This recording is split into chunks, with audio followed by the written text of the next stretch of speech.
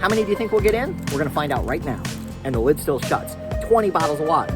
Now let's go on and try cans of soda or beer. Maybe 2 more cans in this. I'm gonna go with 26 cans. No issue shutting the lid. All right, how about frozen food? How about a couple more pounds? I can get a frozen pizza in there. Finally, let's see how many refrigerated items we can get in this cooler. There we go. Can you believe all of the food that we can get in this cooler? And what's really nice is, since it's an electronic cooler, I don't have to pack it with ice. I don't have to get my fingers numb